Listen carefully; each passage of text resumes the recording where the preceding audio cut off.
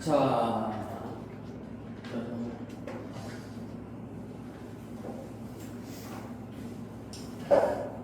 지금 우리가 뭐 하고 있는 거야, 기현아?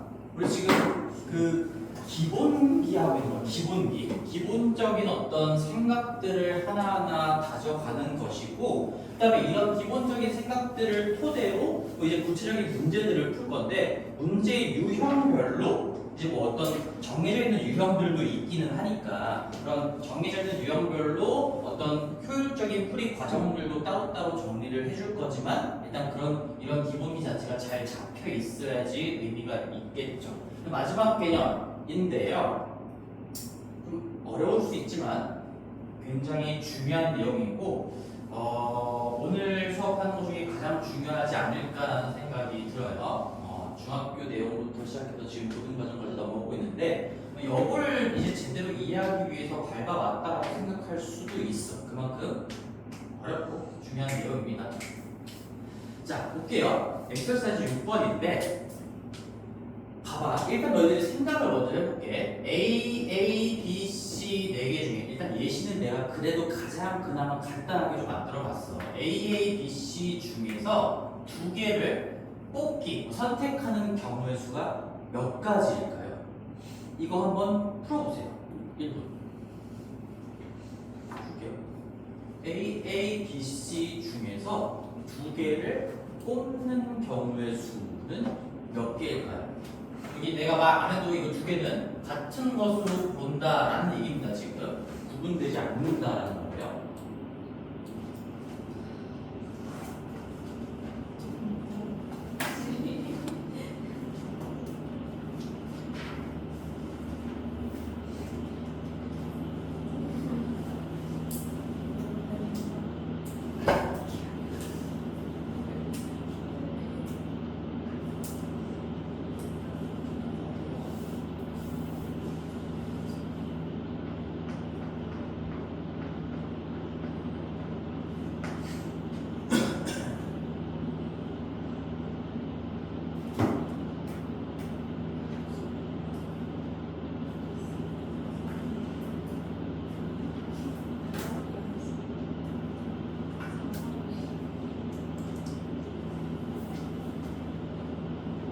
왜?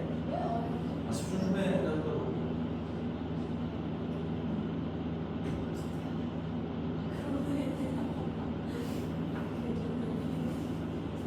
자, 됐어요. 볼게요. 여기까지. 몇 개입니까, 이거? 3개. 3개야? 몰라. 3개야? 써볼까? 만약에 너희들이 이거 어떻게 생각해야 되는지 모르면 뭐라도 해야 돼, 지금? 노가다라도 해야지, 직접. 지금 내가 어차피 뭐 4개밖에 안 되고 2개 선택하는 거니까 그냥 다 써봐도 되겠죠. 써보면 A 이렇게 부르는 게 있을 거고, 그 다음에 뭐 A 하나에다가 B 이렇게 선택하는 것도 있을 거고, A에다가 C 고르는 것도 있을 거고, 그 다음에 A 없이 B하고 C 고르는 거 있을 거니까 이 다네요, 지금. 4개입니다. 근데 내가 해주고 싶은 얘기는 2가지를 좀 강조하자. 우리가 이 시점에 내가 제목에다가도 또 하나를 달아둘 건데, 우리 이제 경우의 수 구할 때 이 빠짐없이 중복 없이 체계적으로 카운팅을 할 것이고 여러 가지 내용들을 배우겠지만, 만약에 너희들이 떠오르는 방법이 아무것도 없다면, 실제로 아무 방법도 적용할 수 없는 문제도 나오거든요. 그러면 뭐라도 해야 되는 거야? 노가다라도 해야 돼. 그 노가다를 부끄러워하면 안 돼. 그래서 여기에서 이 체계적으로 카운팅 여기다가 우리 노가다도 한번 적어볼게요. 노가다라도 할 줄 알아야 되는 거고요. 내가 뭐 기준을 딱 정해줄 수는 없지만, 그러니까 예를 들어 이런 거지. 우리 이제 기말고사 때 경우의 수 문제가 나올 건데 몇 가지입니까라고 물어봤어.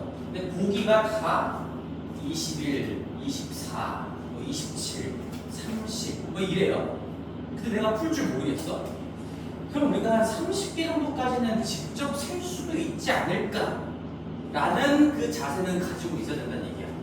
그것도 굉장히 중요한 얘기를 하고 담고 있어요. 이 노가다도 다 의미가 있고 중요한 하나의 풀이 방법 중에 하나인 거니까 내가 정말 어떤 논리적으로 사용할 수 있는 도구 수가 뭔지 모르겠다면 30개 정도까지 써볼까? 30개 정도까지는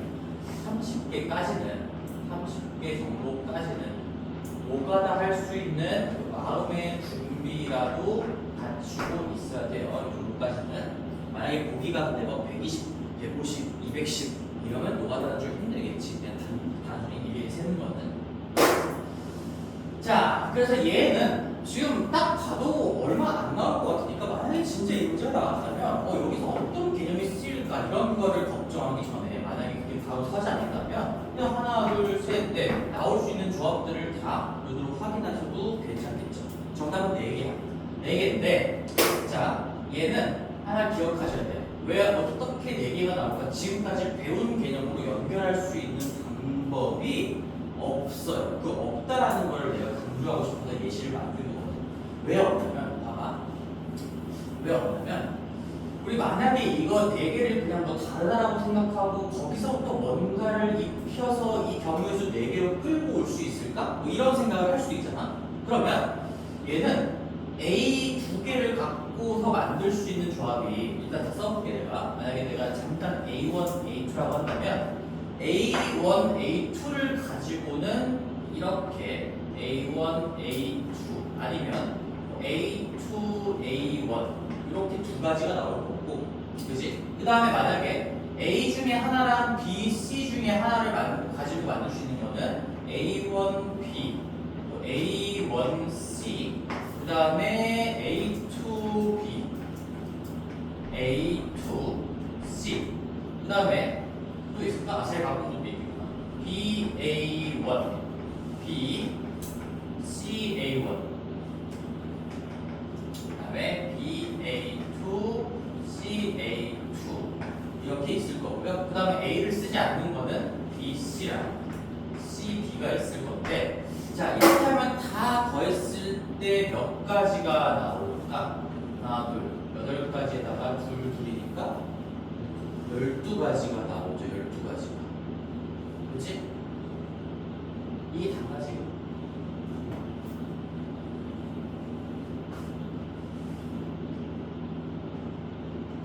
그러면 여기서 우리는 지금 뭐 어떤 액션을 취해야 되냐면 이거 A1, A2 구분도 하면 안 되고, 그 다음에 얘네들끼리 자리 바꾼 거 순서도 없애줘야 돼.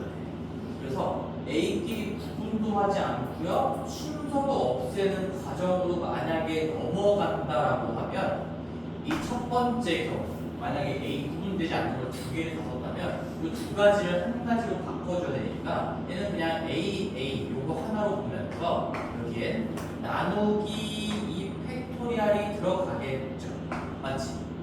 근데 이 두 번째 케이스 만약에 A 구분되지 않는 놈 중에 하나랑 나머지 중에 하나를 가지고 만들 수 있는 그 순서까지 생각한 경우들 8가지에서는 얘 봐봐 요거랑 요거도 같은 경우로 봐줘야 되고 여기 A1B랑 A2B랑 즉 AB로 하나로 봐줘야 되기 때문에 얘는 자 이렇게 써볼게요.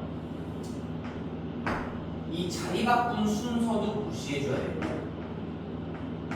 그 다음에 A1과 A2의 구분도 해주지 않아야 돼. 그래서 이걸 결과적으로 얘기해보면 2로 나누는 과정이 2번 들어가야 돼. 그래서 반으로 나누면 이만큼이 사라질 거고요. 반으로 나누면 순서까지 사라질 거니까 사실상 얘는 AB, AC 이렇게 그냥 2가지 조합만 남게 되는 거죠. 결과적으로 얘는 2가지가 될 겁니다. 그게 A, B랑 내 손에 AB가 있는 거랑 AC가 있는 거 이렇게 2가지가 남게 됩니다.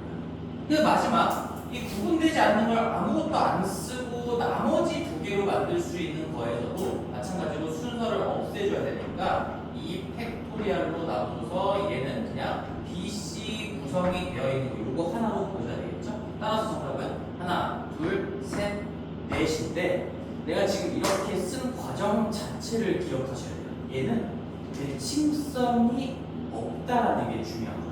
우리가 아까 내가 여기 이유를 안 적었어. 여기 전체에다가 뭔가 한 방에 곱하기 얼마 딱 해가지고 바로 값을 계산하려면 내가 어떻게 뭔가 특징을 가지고 그룹 지었을 때 이 넘어가는 과정들이 다 일관되게 적용이 돼야 되는 거거든. 근데 얘는 얘는 자 구분되지 않는 거 두 개를 썼을 때는 나누기 입력하면서 넘어오는 거. 물론 3번 케이스랑 1번 케이스가 둘이는 똑같아요. 둘이는 얘도 이거 구분되는 것들 가지고만 만든 것도 자리 바꾸는 것만 주면 되는데 구분되지 않는 것 중에 하나랑 구분되는 것 중에 하나를 섞어가지고 만들 수 있는 이 두 번째 케이스에서는 내가 자리도 바꿔주고 A1, A2의 구분도 없애줘야 되기 때문에 여기 나누기 입히 나누기 입히 이게 중요한 게 아니라 뭐가 중요한 거야?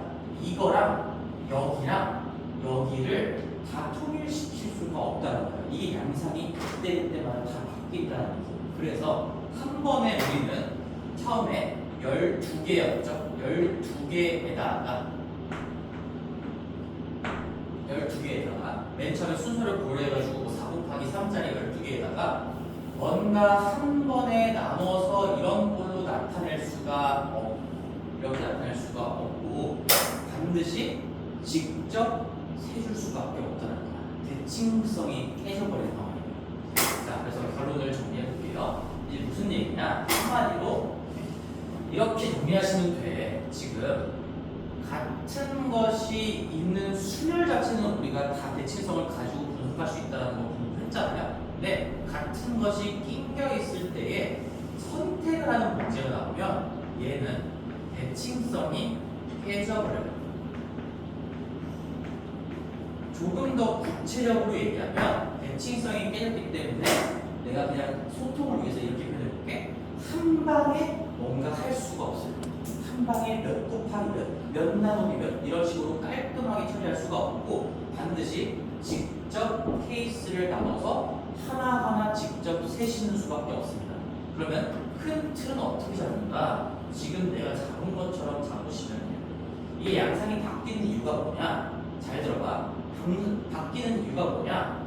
이 구분되지 않는 거 가지고만 만드냐? 아니면 요놈과 이놈을 섞냐? 아니면 얘를 안 쓰냐에 따라서 다 분석의 방법이 바뀌는 거거든. 그래서 그것 자체를 그대로 케이스에다가 반영하면 된다는 거야. 따라서 우리는 대칭성이 깨졌기 때문에 얘는 요거 가지고 구성으로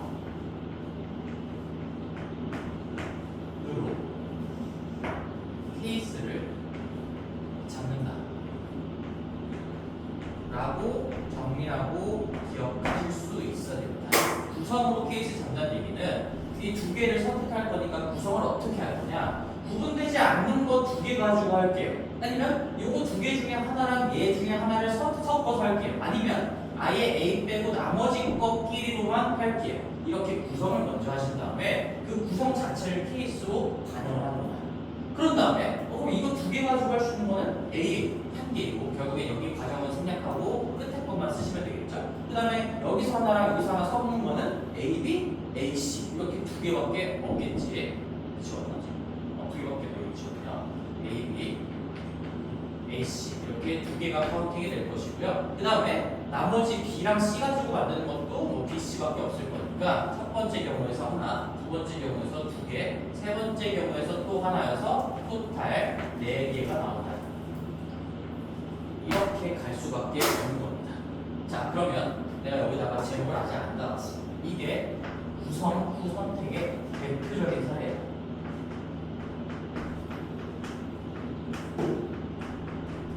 자, 틀을 먼저 잡는 거야. 어떤 문제를 봤을 때 내가 구성하고 나서 구체적인 것들을 갖다 꽂아 넣는 경우로 분석할 수가 있다면 무조건 선택을 막 어떻게 바로바로 하려고 하는 게 아니라 제일 먼저 케이스를 구성을 가지고 나누셔야 됩니다. 다시 저기 왼쪽에 미리 적어놨던 거 있죠? 이 구성 후 선택의 문제 자체가 굉장히 어려워요. 이거 자체가 구성 후에 선택을 하게끔 하는 그런 문제들이 나올 건데 이걸 너희들이 이 문제구나라고 파악하는 것도 어렵고 그 다음에 문제풀이 자체가 대칭성이 깨져버리는 경우가 커다하기 때문에 어떻게 가야 될지 방향을 못 잡는 경우가 많은데 얘만 기억하면 돼요. 구성 후에 선택 시에 문제가 나오면 구성을 가지고 케이스를 나눈다. 이 구성 자체가 뼈대 조건이 된다는 얘기인 거죠. 아직까지도 느낌이 좀 안 올라왔겠지? 그래서 한 문제를 더 만들어 봤어요. 그러면 여기 구성 후의 선택의 지금 첫 번째 예시가 이런 겁니다. 첫 번째 예시가 같은 것이 있을 때 이건 몇 개밖에 안 되니까 유형 자체도 그냥 지워버리자. 같은 것이 있을 때 어떤 선택 문제 몇 개를 뽑기 하는 문제. 그 다음에 여기에 들어가는 예시 중에 하나가 또 분할과 분별도 있어요. 근데 얘는 그나마 그 과정에서도 애초에 분할을 하고 그 다음에 분별을 합니다. 이렇게 배우기 때문에. 그리고 순서상으로도 내가 찢어놓은 다음에 나눠주는 거지 나눠준 다음에 찢을 수는 없는 거잖아. 그래서 얘는 그냥 당연히 분할을 먼저 하고 그 다음에 분별을 하는 게 상식적으로도 맞아떨어져서 얘도 분할이 뭐냐? 이제 뒤에가 배우겠지만 구성하는 거죠. 내가 예를 들어 하나, 둘, 셋, 넷, 다섯 개를 세 덩이로 나눌 거야. 세 개의 그룹으로. 그래서 두 개 하나로 찢어주세요. 이렇게 하는 게 분할인 거지. 그러면 내가 구성을 먼저 하는 거야. 여기에 올 두 개를 구성하고요. 두 개. 이 두 개 하나의 그룹을 먼저 구성한 다음에 구체적으로 이 두 자리에 들어갈 애를 누구로 할 것이니까에 대한 선택이 있다는 얘기인 거죠. 구성의 선택의 유형 중에서 분할과 분배도 들어갈 수가 있는데 얘는 뒤에서 분할과 분배 배우면서 다시 한번 얘기할 거고 그 다음에 지금 이 엑서사이즈 7번에 대한 내용도 유형으로 정리할 수가 있어요. 그러니까 팀과 구성원이라고 해요.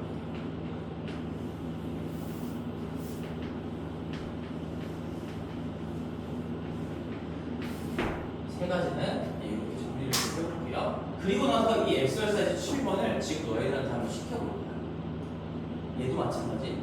지금까지 배웠던 논리를 가지고 풀 수 있는 문제니까 시켜보는 건데요. 생각하는 게 쉽지는 않을 겁니다. 자, 그래서 엑서사이즈 7번 문제를 다시 한번 설명을 해보면 이런 거야. 내가 그냥 직관적으로 팀과 구성원이라고 나왔는데 이게 지금 내가 말한 것처럼 팀에 구성원이 있다 이렇게 나올 수도 있고 아니면은 뭐 어떻게 알 수 있을까? 뭐 서울에 어디 지역이 있습니다. 뭐 경기도에 어디 지역이 있습니다. 각 지역 각 도시당 하나씩 뽑는 경우의 수 이렇게 나올 수도 있는 거죠. 어떤 큰 틀이 있고 그 큰 제목이 있고 작은 제목이 있을 때 몇 개를 뽑아내는 경우의 수를 묻는 문제라고 통째로 기억하시면 되고요. 문제 이렇습니다. 각 팀당 적어도 한 명씩 총 4명을 선택하는 경우의 수가 얼마일까요?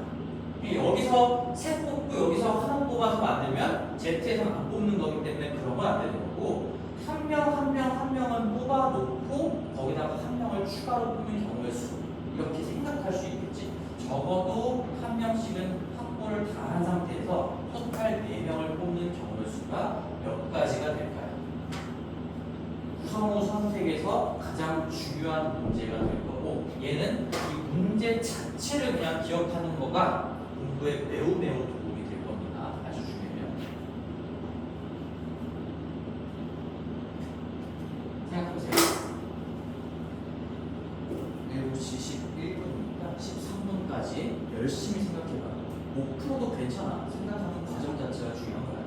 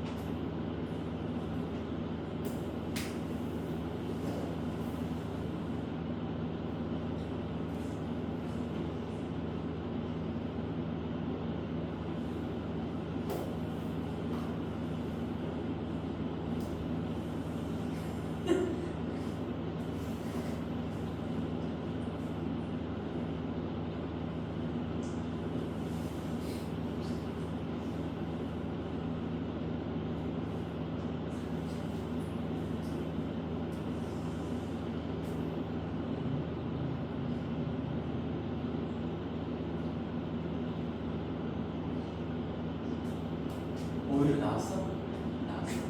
이번엔 소민이를 볼까?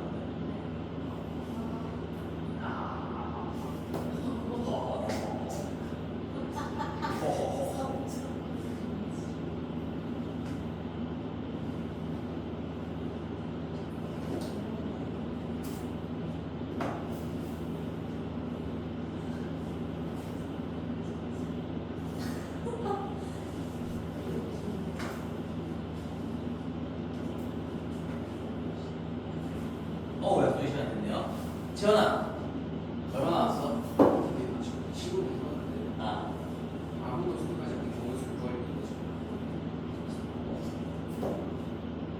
적어도 나왔으니까. 내가 적어도 나온다고 해서 다뭐 반대로 생각하면 안 된다고 내가 얘기했지. 뭐 이제 나중에 얘기하겠지만. 이거 뭐 6번으로 우리가 정반대 상황으로 해가지고 반대 상황이 뭐야? 적어도 한 명씩. 이 반대 상황은 엄청나게 복잡해, 이거 지금. 그렇지?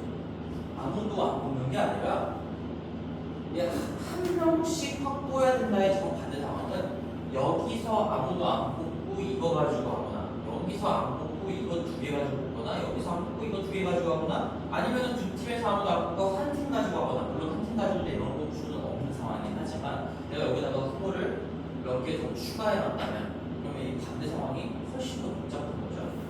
그래서 적어도를 반대로 뒤집는다는 생각은 좋은 것 같지는 않고요. 자, 소연아 다 뭐야? 소연이 다 뭐야? 얼마 나왔어? 54요. 54.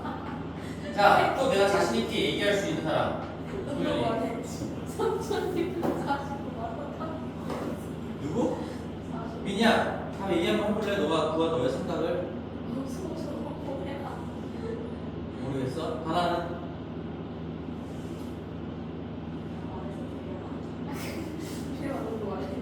유림이 45네요. 45. 오, 자리가 바뀌었네. 또 얘기 못 나왔나? 배현아. 아니, 맨날 대답하는 애들은 대답하고 대답 안 하는 애들은 죽어도 대답 안 할까? 맨날 도리도리만 하고 내가 설명할 때까지 기다렸다가 틀려도 된다고 어떤 시도를 통해서 아니 그냥 뭐 한 명씩 뽑으면 3명 중에 하나니까 3개 또 3명 중에 하나니까 3가지 3가지가 2가지 중에 하나니까 3 곱하기 3 곱하기 2 18개 에다가 뭔가 곱하기 뭐 하면 되지 않을까 뭐 이런 식으로라도 생각을 해볼 수 있잖아. 야, 왜 그래? 4개는 지금 내가 지금 한 10초 정도 주면은 4개 그냥 5개 정도는 세울 수 있을 것 같은데.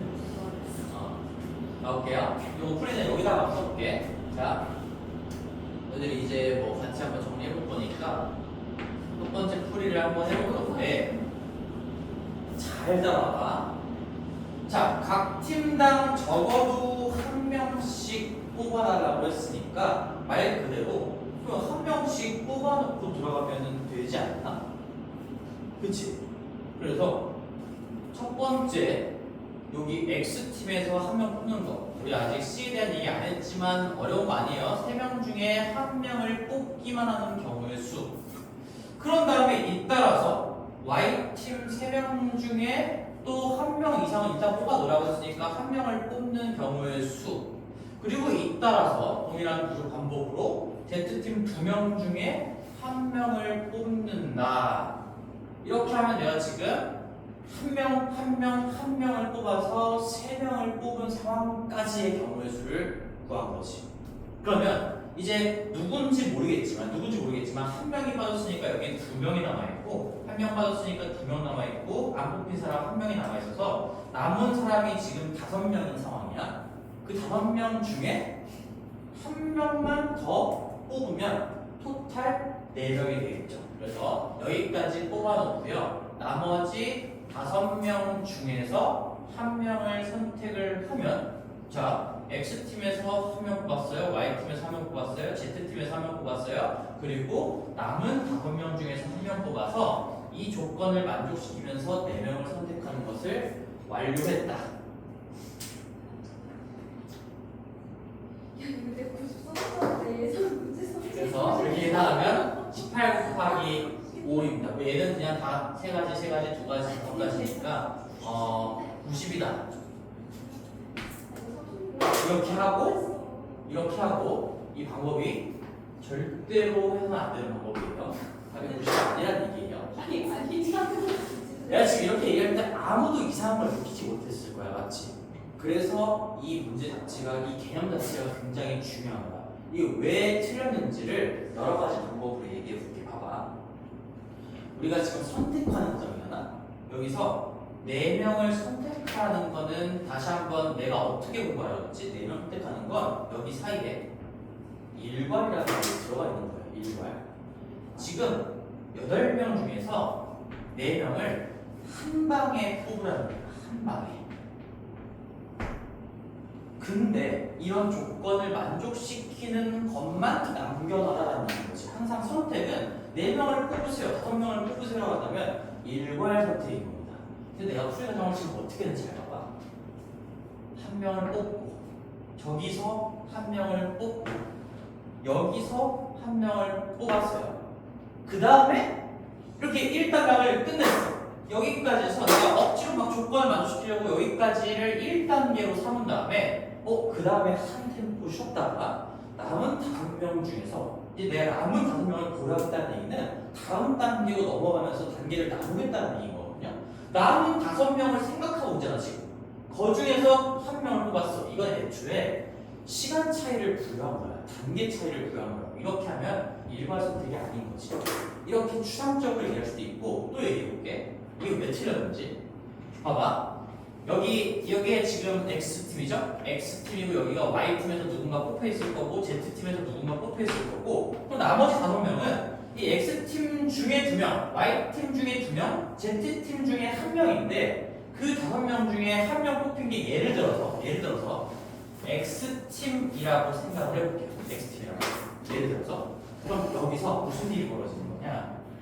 자, 봐봐요. 이 3C1 곱하기 5C1 자체가 동동수이에요. 동일한 그룹에서 한 명 뽑고 또 한 명 뽑아서 순차적으로 동일한 사람 수를 순차적으로 뽑은 거야. 그럼 내가 자동으로 순서가 부여된다고 했지? 근데 지금은 4명을 선택만 하는 건데 순서를 부여하면 안 되죠. 이렇게 하면 무슨 말인지 못 알아들을 거니까 내가 구체적인 예시로 보여줄게. 예시로 봐봐. 이렇게 너희들이 90가지를 구했다면 이 90가지 안에 들어가 있는 2가지를 내가 써볼게. 여기서 A를 뽑고 D를 뽑고 G를 뽑았어요. 예를 들어서 이 90가지 안에는 여기서 A 뽑고 여기서 D 뽑고 여기서 G 뽑고 이 남은 요 B, C, E, F, H 중에서 B를 뽑은 거를 카운팅을 했겠지. 그치? 근데 이 90까지는 이것도 있어요. 첫 번째 X팀에서 B를 뽑아요. 그 다음에 여기서 D를 뽑아요. 그 다음에 여기서 G를 뽑아요. 그럼 남은 거 A, C, E, F, G 중에 A를 뽑아. 이런 것도 90까지에 들어가 있습니다. 이 2가지는 근데 같은 거예요. 내 손바닥 안에 A, B, D, G가 있는 거고 이 밑에 경우도 A, B, D, G가 있는 거예요. 이런 게 왜 그랬을까? 너희들이 순차적이다. 즉 단계를 구분해버렸기 때문에 여기는 일괄 선택을 하라고 했는데 이 조건을 맞추는 거에 급급해가지고 하나 뽑고 하나 뽑고 하나 뽑고 휴 이제 조건 맞췄다. 이 2번째 단계로 넘어가서 남아있는 5명 중에 1명을 마무리 지으면 되겠지 하는 순간 일괄 선택이 깨져버리고요. 순서를 부여하게 되는 겁니다. 그리고 이 2가지 상황을 봤을 때 여기서 X팀이 뽑힌다고 생각한다면 이 둘 간의 공동순이 되는 거고요. 만약에 Y팀이 뽑히는 상황이라고 생각해보면 이렇게 둘 간의 공동순이 적용되는 거고 이렇게 둘 간의 공동순이 적용되기 때문에 지금 구체적인 예시로 이런 중복들이 다 반영이 된 결과가 나온다는 거지. 그러면 얘는 너희들이 어떤 오류를 범한 거냐면 여러 가지 오류긴 한데 그걸 한마디로 얘기하면 지금 얘는 이중계산의 오류를 범하게 되는 거야. 이중계산. 쉽게 얘기해서 중복이에요. 중복을 고려를 제대로 하지 않고 다 그냥 반영한 것들로 계산을 해버렸다는 얘기죠. 이제 이가 이 첫 번째 풀이가 이중계산의 오류예요. 자, 그래서 이 마지막 문제 자체가 고3들도 굉장히 어려워하는 건데 내가 그걸 한마디로 정리해 주는 거야 지금. 구성 후에 선택을 할 수 있으면 반드시 구성을 먼저 해야 돼. 그럼 이제 이것도 말로 잘 안 알아들 거니까 어떻게 풀어야 정확한 풀이가 되는 건지를 이 문제를 통째로 그냥 기억해야 돼. 다른 거 하려고 하지 말고 이 유형, 이 문제를 통째로 이 풀이가 왜 잘못된 건지까지 기억하면서 두 번째 풀이 얘가 맞는 풀이가 될 거예요. 어떻게 해야 될 거냐? 무조건 이 구성을 먼저 해야 돼. 4명을 어디에서 뽑을 거냐? 그러니까 가장 쉽게 얘기하면 이거야. 큰 틀을 잡는 거고, 큰 틀이 나오니까 애들이 최대한 쉽게 이해할 수 있는 큰 틀을 잡고, 그 다음에 여기에 후보들을 구체화하는 거야. 구체화. 자, 그럼 큰 틀을 잡는다는 건 이렇게 잡는 얘기고요. 케이스를 나누고요. 구성 자체를 케이스에다가 반영해서 나는 3가지 정도로 나누면 될 것 같아요. 3가지 정도.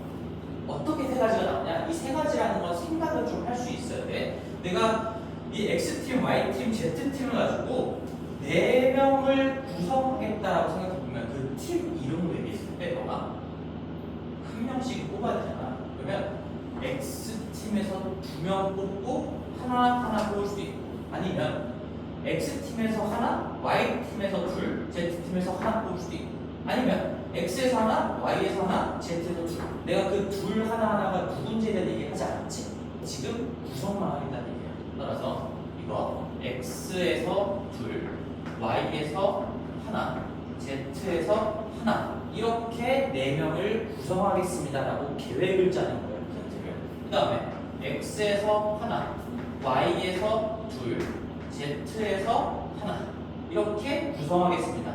X에서 하나, Y에서 하나, Z에서 둘, 이렇게 구성하겠습니다라는 걸 케이스에 반영하고 들어가면 절대로 중복이 생기지 않아요. 절대로 중복이 생기지 않아요. 그렇지? X팀에서 2명 뽑은 이 조합이야. Y팀에서 2명 뽑으면 사람이 다른데 중복이 될 수가 있겠냐? 절대로 없겠지. 그렇지? 여기에서 A, B가 들어있을 텐데 여기서 위에 F가 A, B를 대체할 수 있는 그런 역할을 할 수가 없는 거잖아. 그래서 이중 계산의 오류를 막기 위해서라도 우리는 반드시 큰 틀을 잡고요. 그 다음에 구체적인 멤버들을 선택해 나가는 방향으로 하셔야 됩니다. 고3 때까지, 수능 끝날 때까지 굉장히 중요한 생각의 흐름인 거예요. 자, 그럼 마무리 해볼게. 이렇게 나눠놓으면 이 문제가 굉장히 쉬워지지. 나 X팀에서 2명을 뽑겠다고 했잖아. 그러면 3명 중에 2명을 뽑겠습니다. 그리고 잇따라 Y팀 중에서 1명을 뽑겠습니다. 그리고 잇따라 Z팀 2명 중에서 1명을 뽑겠습니다. 얘는 동동순이 전혀 아닌 겁니다. 애초에 그룹이 다 달라요. 여기서 둘, 여기서 하나, 여기서 하나 뽑는 거기 때문에 뭐 자동으로 순서 구현되는 뭐 이런 일은 없을 거고, 더 쉽게 얘기하면 이거 멤버를 뭐 자리 바꾼 거가 또다시 두 번 반영될 일이 절대로 없다는 얘기인 거지. 여기서 A, B를 뽑았어. 그 다음에 여기서 누구 한 명 D를 뽑았어. 여기서 H를 뽑았어. 이게 자리 바꾼 게 또다시 들어가 있을 리가 있나요? 바꾼 게 있으려면 여기 앞에 그룹에도 H가 있거나 뭐 이래야 되는데 여기서 둘 뽑고 여기서 하나 뽑고 여기서 하나 뽑았으니까 이 자체가 이미 중복이 다 제대로 반영된 그런 경우를 수가 된다는 얘기겠지. 그래서 세 가지, 두 가지여서 첫 번째 케이스가 18가지가 나와요. 이렇게 구성하겠다라고 마음먹으면 구체화까지 했을 때 18가지입니다. 그 다음에 두 번째 케이스예요. 케이스를 나누겠다라는 건 지금 다 또는으로 연결되는 거죠. 이렇다면 18가지가 정답이고, 만약에 이렇게 하겠다면 몇 가지가 정답이고요. 이렇게 하겠다면 몇 가지가 나오는 거니까 토탈 다 더한 게 정답이다. 중복되지 않게 짰으니까 마지막에 중복을 고려한다고 하더라도 빼기 0으로 마무리할 수가 있겠지. 중복이 될 수가 없어요. 그럼 두 번째 해볼게. 두 번째 쉽지 이제. X팀 중에 하나를 고르고요. 잇따라서 Y팀 중에 2명을 고를게요. 3C2. 그 다음에 잇따라서 Z팀 2명 중에 1명을 고를게요 라고 한다면 3 곱하기 3 곱하기 2가 얘도 18가지가 됩니다. 마지막 X팀 중에 1명을 고르면 y팀 중에 잇따라서 하나를 고르면 동일한 구조 반복이라는 건 느끼셔야 됩니다. 그 다음에 마지막 두 명 중에 두 명을 고르면 B, C, E 왜 둘 다 뽑겠다는 얘기지. 그러면 3 곱하기 2니까 우리가 9가 되는 거고 중복은 없기 때문에 이 세 가지 케이스 간의 중복은 없기 때문에 뺄 것도 없다. 따라서 정답은 36의 9를 더한 45가. 정답은 45가지. 사실 나도 정답이 45가지인 줄 몰랐어. 그냥 막 만들어 보는 거기 때문에 45가지가 답이 맞아요. 그러면 이게 지금 이 문제에서는 이 90을 2로 나눴을 때 45가 됩니다. 이렇게 아마 될 거야. 자세하게 뜯어보면. 근데 그거는 우연인 거고 애초에 이게 각 팀원이 몇 명이냐에 따라서 아예 다 바뀔 수가 있기 때문에 이거랑 이거랑 관련 짓는 것 자체가 되게 어려워질 수 있기 때문에 애초에 이 솔루션 1과 2를 어떻게 하면 되겠구나, 여기서 틀린 과정을 어떻게 극복하면 되겠구나라는 생각 자체를 할 수가 없어요. 애초에 이런 틀린 접근법이니까 너희들은 머릿속에 마지막으로 구성 후에 선택으로 갈 수 있다면 무조건 구성을 먼저 한다. 이중 계산의 오류 등등을 방지하기 위해서 구성을 먼저 한다는 것을 꼭 기억하시면 좋겠습니다. 이 첫 번째 문제도 그렇고 두 번째 문제도 그렇고 위하고 좀 다르다고 볼 수 있지만 결국에는 구성을 먼저 하는 거예요. 구성을. 그래서 오늘 여기까지 해서 너희들이 알아야 하는 개념이 다 끝났는데 이제 풍산자의 문제를 하나 봐볼게. 290 풍산자가 아니라 풀프로 보자. 그 완솔 295페이지라고 나올게요. 295페이지.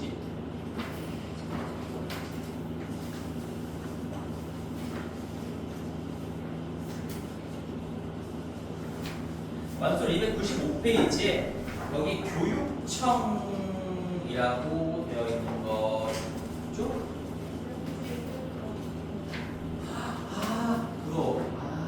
내가 먼저 적어줄게요. 295페이지에 있는 거 넣은 건데 여기다가 적어주시고 이쪽은 되겠지? 얘들아? 어디 나와서 자, 295페이지에 작년에 모의고사에서 나왔던 고1 모의고사 때 이 문제가 나오면서 이런 개념들을 이제 고1 애들도 완벽하게 공부를 해야 되는구나, 그렇게 시작이 됐어요. 그리고 그게 나오면서 학교들이 내신에서 마구마구 내기 시작했기 때문에 이제 곧 있으면 너희들이 이제 기출집의 약간 변형 버전들, 내가 만든 자료를 같이 공부하겠지만 거기서도 엄청나게 많이 나오는 걸 확인할 수 있을 겁니다. 자, 이렇게 돼 있어요. 네 종류 인형이 있고 그 그림이 원래 그려져 있긴 한데 나는 그림을 그릴 수는 없으니까 이거 해석을게. A 한 종류가 두 개 있다는 얘기야. 그 다음에 B, B 또 다른 종류가 두 개 있고요. C, C, D, D 이렇게 네 종류의 인형이 각각 두 개씩 있대. 총 8개가 있는 거지. 네 종류의 인형이 두 개씩 8개가 있는데 이 중에서 5개를 선택하는 경우가 있어요. 이 중 5개 선택하는 경우의 수를 구하시오. 이게 고1 모의고사에 나왔던 문제고 정답률이 굉장히 낮았죠. 굉장히 낮았습니다. 내신에서도 작년에 거의 모든 학교가 다 냈어요. 올해도 아마 낼 거예요. 자, 그러면 이게 지금 뭐 당연히 문제가 똑같이 생기지 않았지. 다르지 분명히. 근데 개념 자체가 똑같은 거니까 그 기본적인 실력을 완벽하게 만들어놔야 된다는 얘기예요. 이거 어떻게 풀어요? 이거 풀고 마무리할 문제도 없네. 풀고 5개 선택할 거면 어떻게 하면 될까요? 네, 방금 공부했으니까 이제 구성을 먼저 해야 된다는 거를 느낄 수가 있어. 구성을 먼저 해야 돼. 내가 이것도 잘 이것만 생각하면 돼. 분명히 여기 종류가 있어. 근데 이거를 바로 그냥 5개에 집중해가지고 A, A, B, B, C, A, A, B, B, C. 이건 C가 똑같은 거야. A, A, B, C, D. 이렇게 셀 수가 없다는 얘기야. 큰 틀을 잡아야 되는데 여기서 큰 틀은 종류예요. 종류. 그렇지? 내가 팀과 구성원이라고 했지만 얘는 종류와 각각의 인형 이렇게 나오는 거지. 그렇지. 그래서 종류를 먼저 잡아야 되는데, 자, 5개를 고르려면 종류가 몇 개 써야 될까? 내가 종류를 몇 개 쓰겠습니다라는 걸 가지고 틀을 잡을 거거든. 그래서 그 케이스가 몇 개 나올까? 종류 수에만 집중을 한번 해보자. 종류 수에. 이거 한 종류 가지고 5개를 뽑을 수 있나요? 한 종류 2개밖에 없잖아. 안 되지. 2종류 가지고 5개 뽑을 수 있나요? 2종류 다 써봤자 4개. 그러면 얘는 3종류는 적어도 써야 돼. 그래야 6개 중에서 뭔가는 제끼고 5개를 만들 수 있고, 그리고 4종류를 다 써도 되겠지. 4종류를 다 써서 뭐 요거 이렇게 해서도 5개가 만들어지겠죠. 따라서 구성을 제일 먼저 해보면 얘는 이 5개라는 걸 조금 생각을 해봤을 때 종류에다가 연결시켜 본다면 3종류짜리로 5개를 만들 수 있는 케이스가 있을 거고, 그 다음에 4종류를 다 써서 5개를 만들 수 있는 경우가 있을 거고, 미리 얘기하겠지만 이건 케이스를 나눈 거니까 이제 열거된 것들을 덧셈으로 다 취합을 할 건데요. 이 둘 간의 중복이 절대로 불가능한 거죠. 난 3종류를 다 쓴 거고요. 4종류를 다 쓴 거기 때문에 이 둘은 이미 케이스를 나누는 순간부터 중복이 불가능합니다. 따라서 맨 마지막에 빼기 0이 오겠죠. 중복을 뺄 거는 더 이상 없다는 얘기죠. 그럼 각각의 경우를 잘 세서 더해주기만 하면 된다는 얘기지.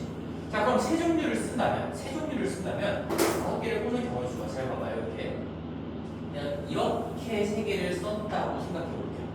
A라는 종류랑 B라는 종류랑 C라는 종류. 그러면 여기서 5개를 뽑는 경우의 수는 하나 뺄 놈을 정하기만 하면 되는 거구나.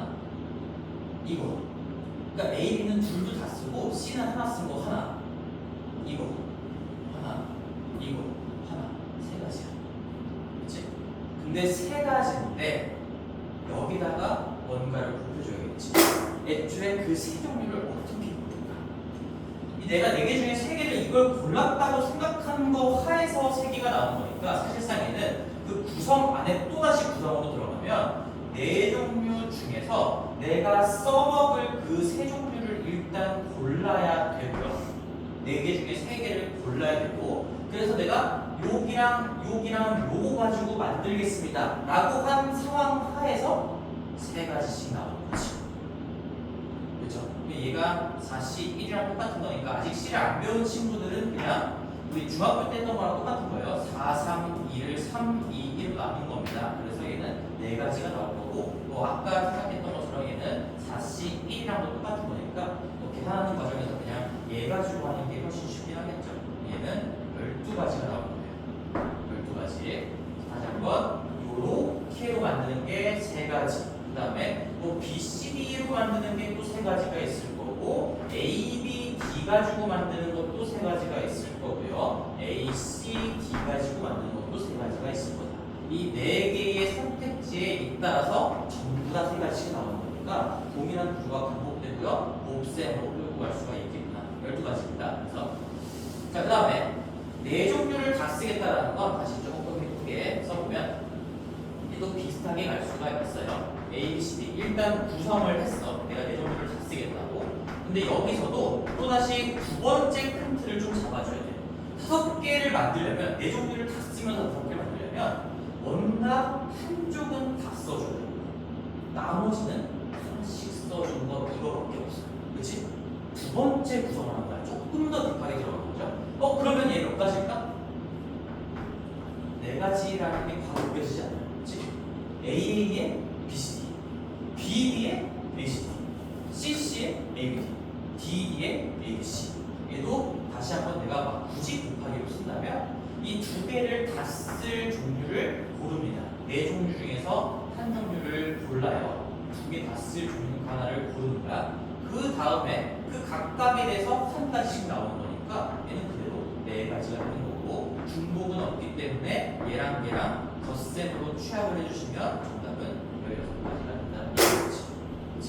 그리고 3가지 정도의 문제에다가 이제 분할 분배 다음 시간에 공부할 것까지만 조금 더 공부해보면요, 이 구성과 선택 문제에 대한 어떤 흐름이 완벽하게 좀 잡히지 않을까라는 생각이 듭니다. 그래서 굉장히 어렵지만 많이 중요한 거예요. 여기다가 그래서 마지막으로 마무리해볼게. 얘는 구성 구성을 먼저 하는 이유는 여러 가지 중에서도 우리가 결국에는 중복을 이중계산이라고 쓰자. 이중계산을 방지하기 위함이다라고 생각해 주시면 될 것 같아요. 이중계산. 절대로 중복이 나올 수 없게끔 미리 판을 깔아놓고 들어가자는 얘기겠지. 복잡하게 생각하지 말고 절대로 중복이 나올 수 없게끔 구성을 먼저 하고요. 그 다음에 디테일한 구성원들을 잡으면 어떨까요?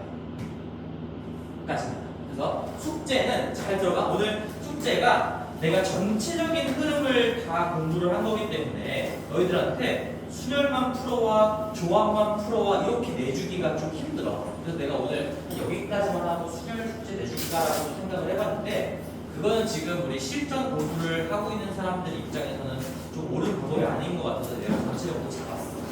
그래서 너희들이 이제 숙제를 어떻게 되냐면 일단은 양이 좀 많기 때문에 순열만 풀게끔 할 거야. 대신에 지금 만약에 우리 미니처럼 공부를 처음 하는 친구들은 여기 기호 이거 아까 어딨지? 이런 거 얘 3P3이라고 쓰고 뭐 3팩토리얼하고 얘 4P3이라고 쓴다 이런 P에 대한 기호에 대한 거는 개념서로 스스로 한번 공부를 좀 해보셔야 되고 그런 다음에 문제를 풀어보면 될 것 같아요. 숙제는요 순열까지인데요. 이게 번호로 하면 또 이제 문제별로 어떤 풀이 방법들을 다시 한번 공부하지 않았으니까 최대한 다 풀어오고 다음 시간에 이제 문제풀이 이어갈 겁니다. 그래서 오늘은 내가 할 수 있는 만큼 최선을 다해서 푸는 게 숙제예요. 오케이 마치겠습니다. 톡방에다가 번호 좀 올릴게요.